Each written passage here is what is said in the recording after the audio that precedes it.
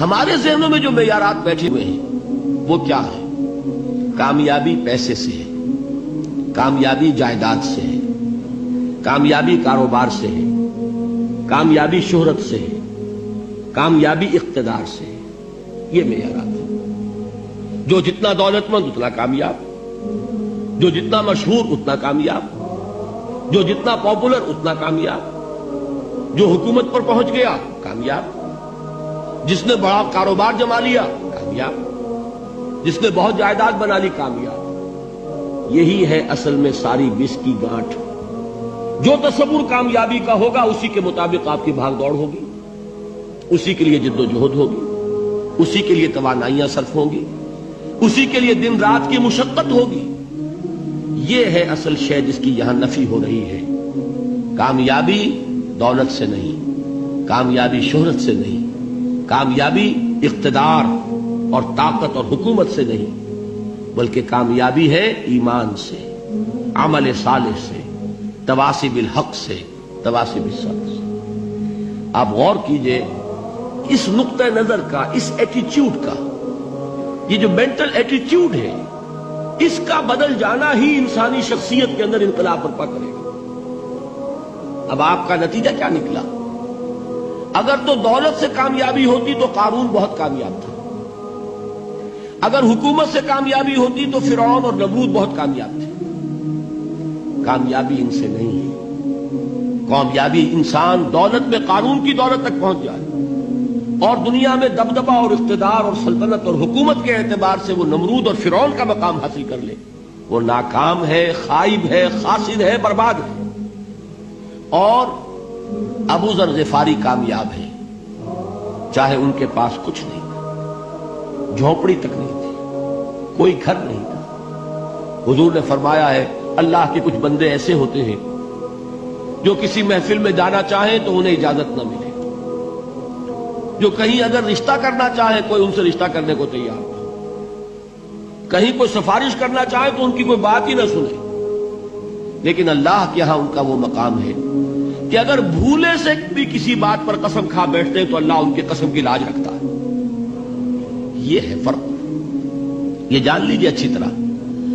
اس بات کا مان لینا آسان، اس پر سبحان اللہ کہنا آسان، لیکن اس کے مطابق آپ کے اپنے ذہن کا بدل جانا بہت مشکل. اس لیے کہ ہم متاثر ہوتے ہیں اپنے ماحول سے. وہ بڑا محل ہے، دیکھ کر ایک دفعہ جھجری آتی ہے، وہ بڑی سی 20 فٹ لمبی کار سناٹے کے ساتھ آپ کے پاس سے گزر گئی. ایک دفعہ اعصاب کے اندر ارتعاش ہوتا ہے، محسوس ہوتا ہے بڑے یہ نصیبے والے لوگ ہیں، بڑے خوش نصیب، بڑے کامیاب. حالانکہ کچھ معلوم نہیں کہ یہی سب سے بڑی بد نصیبی ہو سکتا ہے کہ یہی سب سے بڑی ناکامی ہو. اگر ذہنوں میں یہ بات بیٹھ جائے کامیابی کس شے سے. یہی وجہ دیکھیے قرآن مجید میں بارہا آپ دیکھیں اولئک ھم المفلحون، یہ ہے لوگ کامیاب ہونے والے. آج یہ آپ نے نماز میں وہ آیات سنی، یا ایھا الذین آمنوا ارکعوا واسجدوا واعبدوا ربکم وافعلوا الخیر لعلکم تفلحون. اے ایمان والو، رکوع کرو، سجدہ کرو، اپنے رب کی پرستش اور بندگی کرو اور اچھے کام کرو تاکہ تم کامیاب ہو جاؤ. تو کامیابی کن چیزوں سے ہے؟ یہ ہے سب سے بڑا سبق. یہ ہمارے دل میں اگر بات بیٹھ جائے، ٹھک جائے، تو زندگی بدل جائے گی. صبح و شام بدل جائیں گے، نقشے بدل جائیں گے، بھاگ دوڑ کا رنگ بدل جائے گا، ویلیو سٹرکچر بدل جائے گا. آج وہ ایک چیز نہایت اہم نظر آ رہی ہے، کل نہایت غیر اہم نظر آئے گی. جیسے کہ حضور کی حدیث ہے، مالی ولی دنیا، مجھے تمہاری اس دنیا سے کیا سروکار ہے. انما مثلی کراکب استظل تحت شجرۃ ثم راح فترکها. میری مثال تو اس سوار کی سی ہے جو تھوڑی دیر کے لیے ایک درخت کے سائے میں ٹھہرتا ہے سستانے کے لیے، پھر وہ اپنا راستہ لیتا ہے. اسے اس درخت سے مستقل تعلق اس کا نہیں ہے، وہ اس کا گھر نہیں، وہ اس کی منزل نہیں. اسی طرح یہ دنیا میرا گھر نہیں ہے. اب دیکھیے ہم کہتے ہیں انا للہ و انا الیہ راجعون، ہم تو مسافر ہیں، ہم اللہ کے پاس سے آئے، اللہ کی طرف ہمیں لوٹ جانا ہے. کن فی الدنیا کانک غریب و عابر سبیل، حضور فرماتے ہیں دنیا میں ایسے رہو جیسے کہ تم اجنبی ہو یا راہ چلتے مسافر. لیکن یہ طرز عمل کب ہوگا؟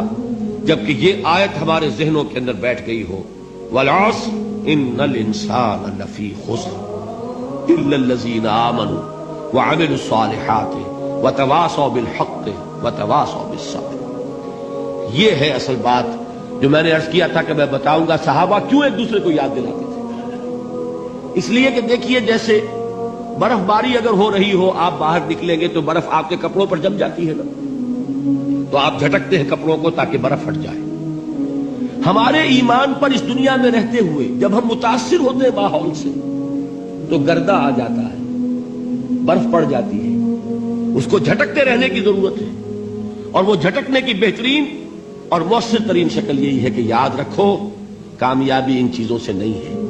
چمک دمک جو ہے دنیا کی، یہ ساری چمک دمک جو تمہیں رجھا رہی ہے، جو تمہیں اپنے اندر گم کیے ہوئے، یہ لفظ گم پر اقبال کا وہ شعر یاد آ گیا کہ کافر کی یہ پہچان کے آفاق میں گم ہے، اور مومن کی یہ پہچان کے گم اس میں ہے آفاق۔ تم گم نہ ہو کر رہ جاؤ اس میں، مبہوت نہ ہو کر رہ جاؤ، مرعوب نہ ہو کر رہ جاؤ، دنیا ہی کی محبت تمہارے اوپر ڈیرے نہ ڈال دے، تمہارے دلوں کے اوپر مسلط نہ ہو جائے۔ لہذا تازہ کرتے رہا کرو، والعصر ان الانسان لفی خسر الا الذین آمنوا وعملوا الصالحات وتواصوا بالحق وتواصوا بالصبر۔ پھر یاد کر لو، پھر تازہ کر لو اپنے اس یقین کو کہ کامیابی دولت سے نہیں، کامیابی ثروت سے نہیں، کامیابی اقتدار سے نہیں، کامیابی شہرت سے نہیں، کامیابی جائیداد سے نہیں، کامیابی ہے ایمان سے، کامیابی ہے عمل صالح سے، کامیابی ہے تواصی بالحق سے، کامیابی ہے تواصی بالصبر سے۔ یہ چار چیزیں ہیں کہ جو کامیابی کے لوازم